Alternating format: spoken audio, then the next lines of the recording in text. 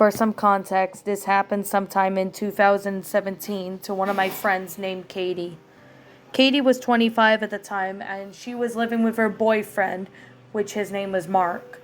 Mark and Katie got along very well, as they had been dating for at least a year and a half, and they're still going really well. However, one of the boating nights that Katie went with Mark, it honestly turned out to be a very freaky but also confusing one. Katie and Mark decided that they would go and spend the whole weekend on a boat. It was pretty much the long weekend in around August, so they decided to do that.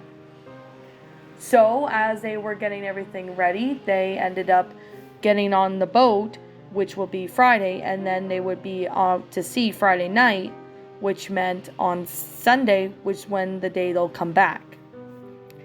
They stopped by at a nearby Burger King near the docks in order to get some food, since they didn't feel like cooking that day. They went over to the boat and brought their food on, and they started to drive the boat all the way as far out to sea as possible. It was isolated pretty much from everyone while you're on the boat, so it was quiet for the most part. However, as Katie and Mark were eating at their food that they had brought, they all of a sudden heard what seemed to be like tapping. This honestly really got really weird, and Katie thought that she might have been hearing things. How could there be someone tapping or something tapping when they're so far out on sea?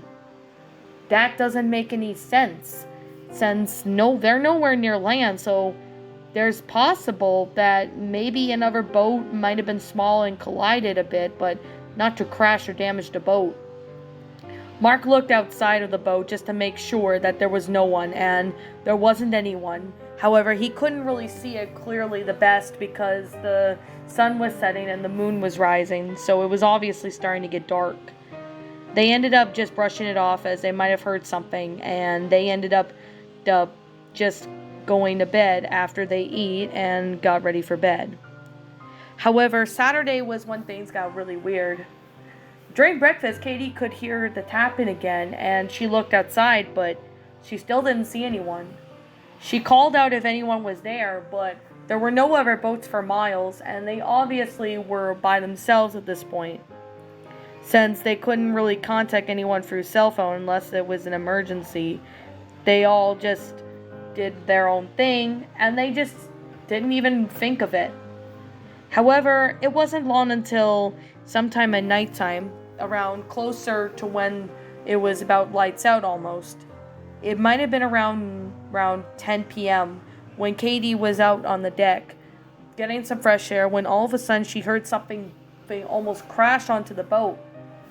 Katie looked over her and saw that there was a rowboat drifting off with some items.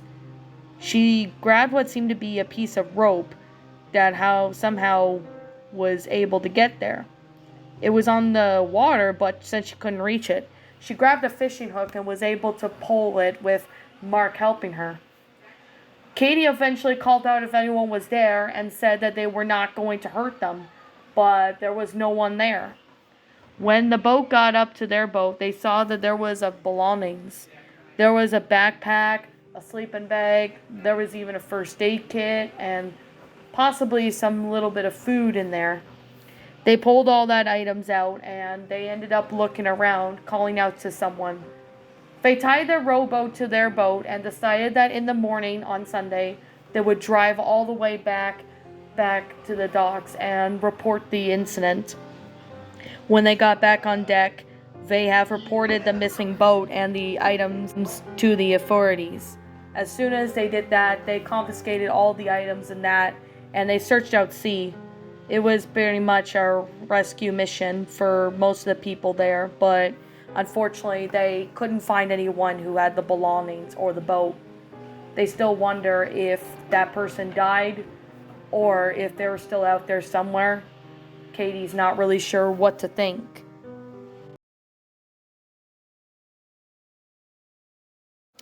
So this took some time when one of my neighbors, who we'll call him Kyle, took a trip to the Caribbean back in 2005 2018. Kyle was about 22 years old at the time of the story, and this really scares him to this day as he thought he was going to die.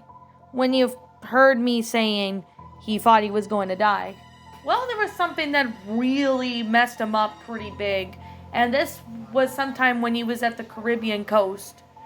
I can't really remember if it was Bahamas or Dominican, but it was one or the other.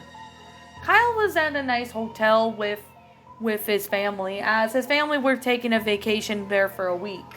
They flew down there after they drove to Florida, as the second week they were going to go to Florida and spend some time there with friends and family.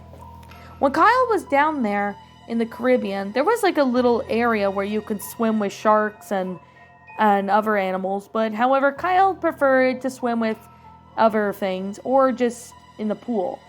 He had issues with swimming with other creatures, as he does have a little bit of some issues here and there. He mainly had a bad experience with a shark one time, and that was when he took a trip to the Caribbean back when he was younger, probably around 13. This still sticks with him, though, when he thinks about this. Kyle went swimming at this really nice beach, and he swam as far as he could. Everything seemed to be all going normal, and his parents were swimming by where his younger sister, Alice, was 18. However, she did have cerebral palsy and did have issues with walking. Kyle was swimming and was swimming far out when he had his goggles on and looked to see all the nice fish and other creatures. All of a sudden, he looked to see that there was something swimming in the distance. He couldn't really quite tell, but it looked like it was a big fish.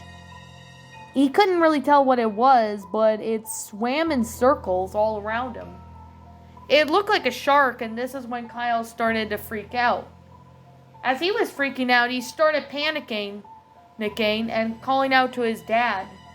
His dad quickly swam into the water as fast as he can, as just then the shark came up and started to try and attack Kyle. However, his dad got all muscle and was a big buff guy, was able to have the shark take a bite out of him just so Kyle can get away. Eventually, his dad always carries a pocket knife with him, was able to stab the shark in the gills just so he can let go and that Kyle's dad could swim. However, Kyle's dad was only injured with some shark bite marks on his arm, to which they went to the emergency room shortly after getting off the beach, thanks to the lifeguards for their help. They eventually went back to the hotel after they were checked out. Thankfully, no one was hurt. Kyle still didn't know what kind of shark it was, and he had no idea why it attacked his dad and why was it circling around him. Kyle decided that he would go back there the next day, so the second day he went by himself and looked at the shark. Well, the shark was somewhere swimming as its fin was sticking out, so Kyle slowly went in. But every time it was getting closer, Kyle would stop. He would freeze in fear, and honestly, it was really something. This continued on for the rest of a couple of days on the Caribbean trip, but one day the shark was gone. I think it might have been the third day when the shark wasn't even there. Kyle looked everywhere, but he couldn't seem to find the shark, even with the goggles on and looking underwater. He still had no idea why the shark was not there, because for some reason, after it attacked his dad, he always had a fear that the shark would come back. But however, that didn't seem to be the case. Kyle ended up deciding to let it go and do his own thing. However, he did talk to one of the lifeguards about the shark, and the lifeguard said something Kyle never expected him to say. The shark was eventually captured by fishermen in a fishing net, but unfortunately it died. The shark that they were able to get a look at was pretty much a tiger shark or something, or possibly a hammerhead. But how it said would be possibly was because they didn't know what it was, the fishermen. They were new fishermen in the area, so they were able to detect it as soon as they caught it in their fishing net. The shark might have been telling Kyle that there was a fishing net nearby, but Kyle couldn't really understand the shark language. So he dropped the whole shark thing since then and didn't even bother to bring it up to anybody. He didn't bring it up to his parents or his family anymore, since they were quite surprised, but they were also quite concerned if Kyle was going insane. Nothing like this has ever happened since he went to the Caribbean in 2019, but he still wonders today what could have happened if that shark was never there. That still frightens Kyle to this day, and unfortunately it still does.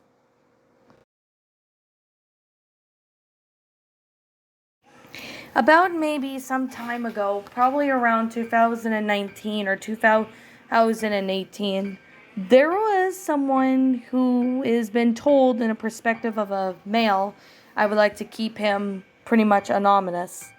He used to do out to sea stuff such as search and rescues and etc. Nothing really too much out of the ordinary. It happened to be one evening when a storm was coming, and he was out to sea making sure that there was no one left on the water, making sure everyone heads back to shore for safety due to a bad storm. Now, this was somewhere around close to Florida, so he was doing his best. He had been doing this for at least 15 years, and this was his 16th year at the time. However, he was looking around when he saw that there was some fingers in the hand sticking out of the water. He drove his boat with his buddies over to what seemed to be the body of someone, but it somehow happened to be a half-eaten corpse of someone. It looked like a woman, maybe no older than 30, and it honestly shocked him. What could have done this to this woman? It honestly kind of looked like a shark might have attacked her or something, but it was half-eaten, but they had no idea what was going on. After the authorities confiscated the body, when they brought it back, they had no idea on who or what had done this to this woman and how she met her fate, as he hated to think of what would have happened to her and what truly did kill her.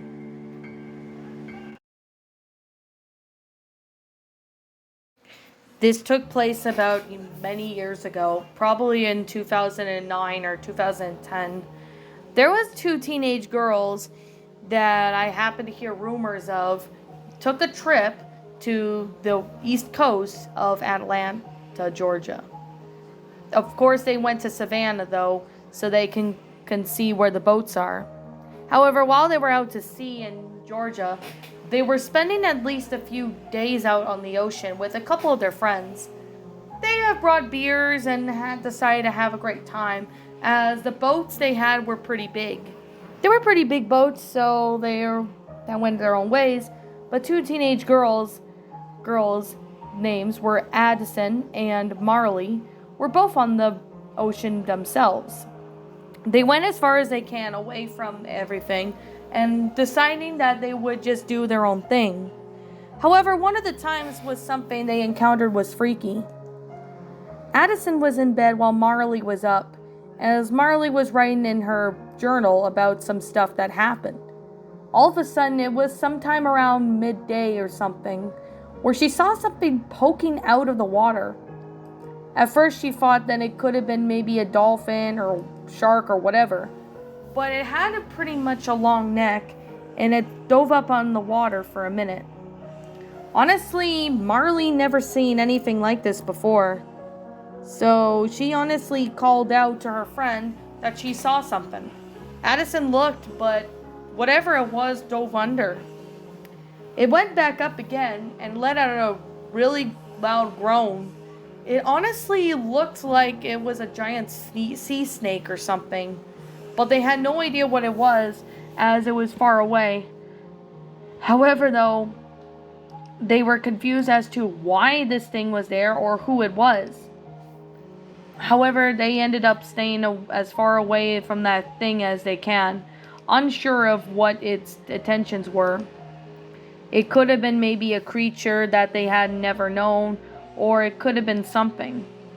But still, though, whatever it was dove back into the water. They didn't get a picture, unfortunately, as it was too quick, so there was no way that they were able to get a screenshot or at least anything from that thing. However, when they returned to the docks, they didn't bother to tell anyone what they saw, as they had a feeling that their friends could be saying that they're lying or coming up with some story. But they know what they saw out there. They don't even know if it was a real Loch Ness Monster or not. But one thing's for sure is that they can't really be certain on who it is. But all they can really say is whatever it is could still be out there. And they're not sure if anyone else has any encounters similar to this, but it is possible.